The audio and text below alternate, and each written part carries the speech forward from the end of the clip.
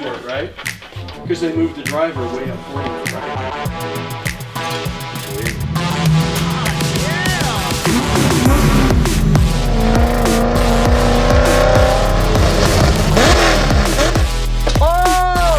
Seawater? Look at this, dude. This is the most disgusting car I've ever touched. Okay, Alec.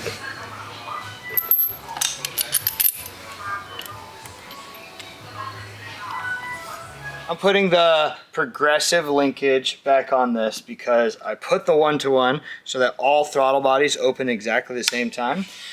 Which I was advised from a buddy to do so, but he was wrong because I have 8 throttle body openings, not just 4 due to 2 throttle bodies. So when this thing cracks open, this engine basically runs away. It like rips to 3,500 just by trying to crack it open. So we're gonna put the progressive linkage so only 2 of each throttle body open up, and hopefully it makes it a little more manageable, especially for the drive-by-wire motor to try to find its idle.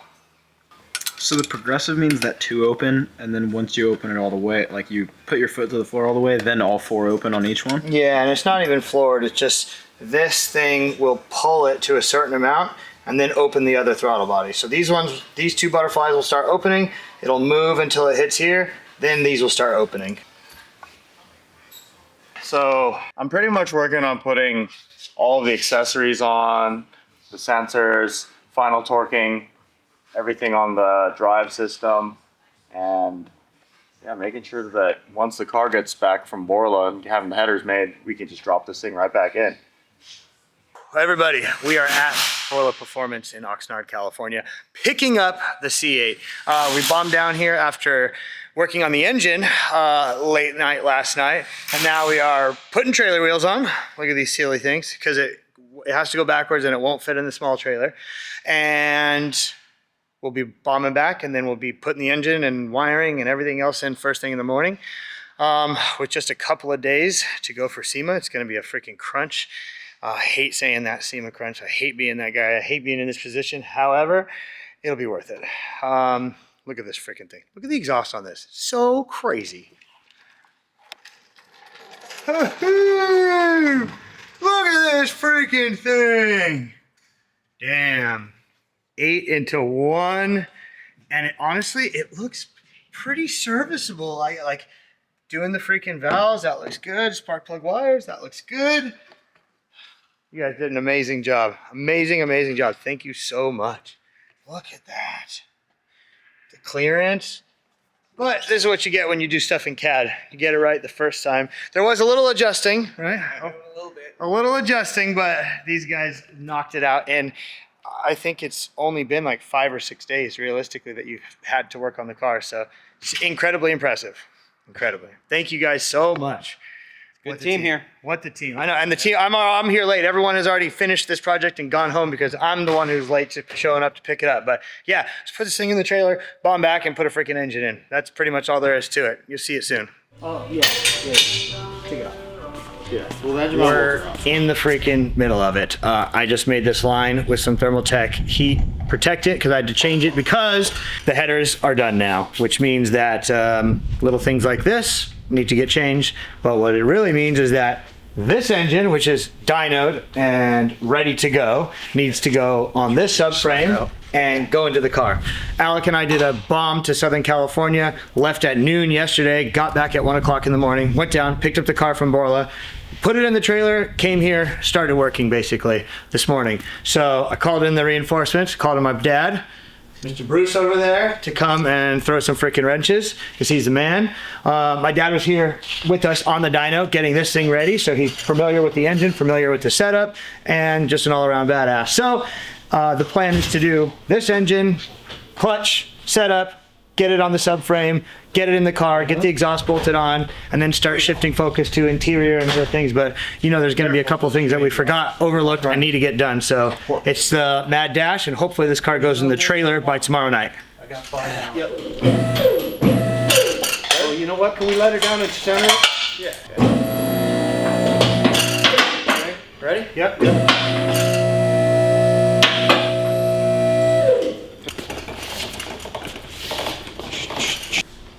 to Volkswagen. Right. Yeah. How crazy is that? Yeah. Hey, imagine you take a bug, right? You put an LS in it, but you know what? I'm gonna use my stock transmission. Yeah, exactly. Like, that's so funny. No, so that's the crazy thing, because my dad's a big Volkswagen guy. He grew up Volkswagen, Yeah. Baja Bugs, Yeah. mud bogging. It was all Volkswagen stuff. And that's what's funny about the Weddell stuff, is that this was all based off a bus, right? Bus box is what they were all Well, based that off looks like a bus case. Yeah. A ribbed bus case. Yeah. Yeah. So it was all the original stuff built off of Volkswagens, because that was all mid-engine, rear-engine stuff is Yeah. what this was based off of. So obviously today it's very different, and that's a beefed up version on steroids basically, and same thing with this engine, but it's funny that it still has the same Volkswagen bolt pattern.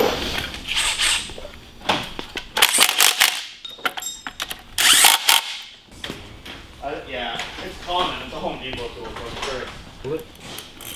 I had to the wrong way. Yeah, no worries. This is quite the fucking mock-up engine right here, huh, boys?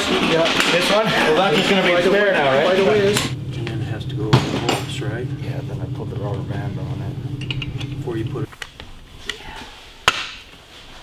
Need to rotate or something? Yeah. Sit there. Okay. Things not like the other, not like our twin. Yeah, should be fine.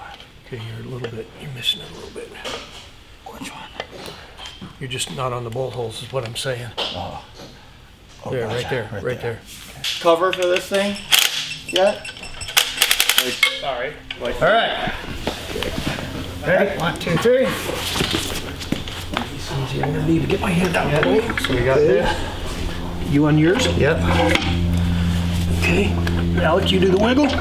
You the Watusi. Might have to rotate the output shaft. No, I can't. Yeah. No output shaft. Do you guys have the Here. 8 ARP bolt? Here, I got it. There it is. There it is. One more. Alec. Yeah. The floor jack. Yeah. The floor jack. Nice. Okay. We'll get the bolts. Hell yeah. Loctite these bolts or no? No, I don't think so. All right. I don't know. You saw the engine on the dyno. Does it vibrate everything, like that? Everything vibrated loose, yeah. I don't think it's distorted or You know what the anything. key is right here? Nordlocks. Nordlocks solve all problems. Some 10 mil Nordlocks. I have some. 10 mil ones from your axles? No, this is. Yeah. That's a flat washer. I know it's 3. No, it's 3H course. Yeah. yeah. I was But the talking 10 about. mil will work. Yeah. Yeah, they sell them Where- the same. Where are I those? think in the trailer. Okay, actually, it needs to come this way. Yeah, pretty good amount. Right there. That's pretty close. We'll snug it up more once we get there, right? Just come down slow. All right. Everybody's hands clear? Yeah. I mean, I'm sure they use that all the time. We're in. That's why Easy. Come on down. Whoa, whoa, whoa. Slow down. Okay, come on. You got 3 inches, 2 inches. You got about an inch on my side? Hold on a minute. Hold on. All the other cars use like poly mounts or Delrin mounts. This is solid, so Yeah. probably a good idea to Okay. have something as security for that. Well, we're putting the engine back into the subframe. This is the real engine for the car. It's been dyno tested, and Matt said this thing vibrates like a bat out of hell, so we're kind of just trying to think of ways to prevent bolts from backing out. Take the thread locker out of its guy. It's always going to give you too much, like so. Therefore, you always apply and then share it with his homie next door. Yeah, exactly. That's a unit right there. Right. pretty intense. Just kind of tell me where you want me. Yeah, I'll sort of try to guide it in. Yep. Slide her up. Guess it doesn't matter where I start. I'm a little. Can you take the whole exhaust and tilt that way? You're gonna need that little tiny freaking wrench. Snake, we call that snake pipe. Snake pipe, Dad. There it is. All right, I'm gonna try and get. Oh, there we go. There we go. Okay. It slid right in, Alec. Can you imagine what that would cost if you had to pay for that?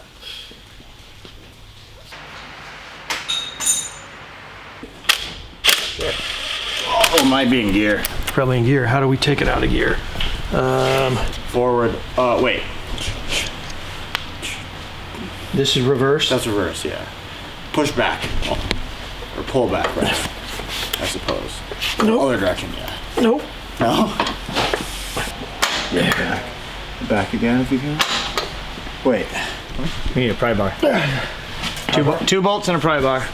We're just putting it in neutral so that Alec can tighten the bolts, but this is the first time we've done this.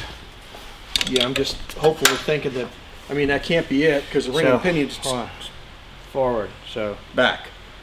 No, because it, yes, exactly. then you put it all the way forward, you're in like fifth, sixth gear. Fifth? Yeah, we're getting the inner and outer CVs installed. That means the axles are in, which means the entire drivetrain is in, because obviously there's nothing separating the engine from the transmission and differential, which are in fact one unit. Once these guys are all fully torqued, we'll slide this guy under the car, lower the car onto the cradle, and that's that. So I am hooking up the last of the Vibrant Performance oil lines. You see I got this one that connects to the dry sump tank in the car. This goes to the oil cooler, which is in the car, and this is the one that lives on the engine, and pretty much ready to put this thing in. It's crazy. It's quite the freaking apparatus, quite the unit, quite the piece of kit here.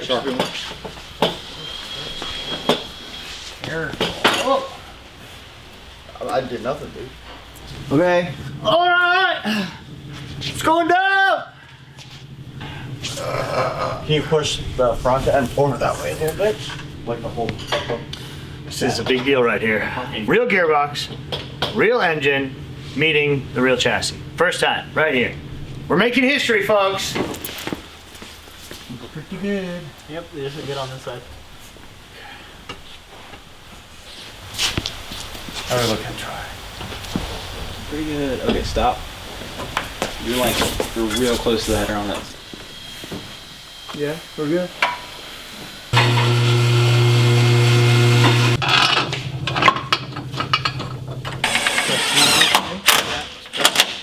Probably need to adjust it right once they get. Call my boy, dude. Typically for this, they do just custom manifold. Just that's what they do. That shit looks light. Like you just moved that. Let's take it off. We need to get the fuel lines and then put it back and then check. Oh yeah, you got plenty clear. One needs to go forward. Okay. So not yet.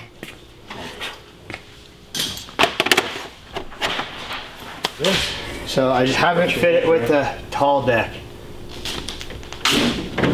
Holy shit!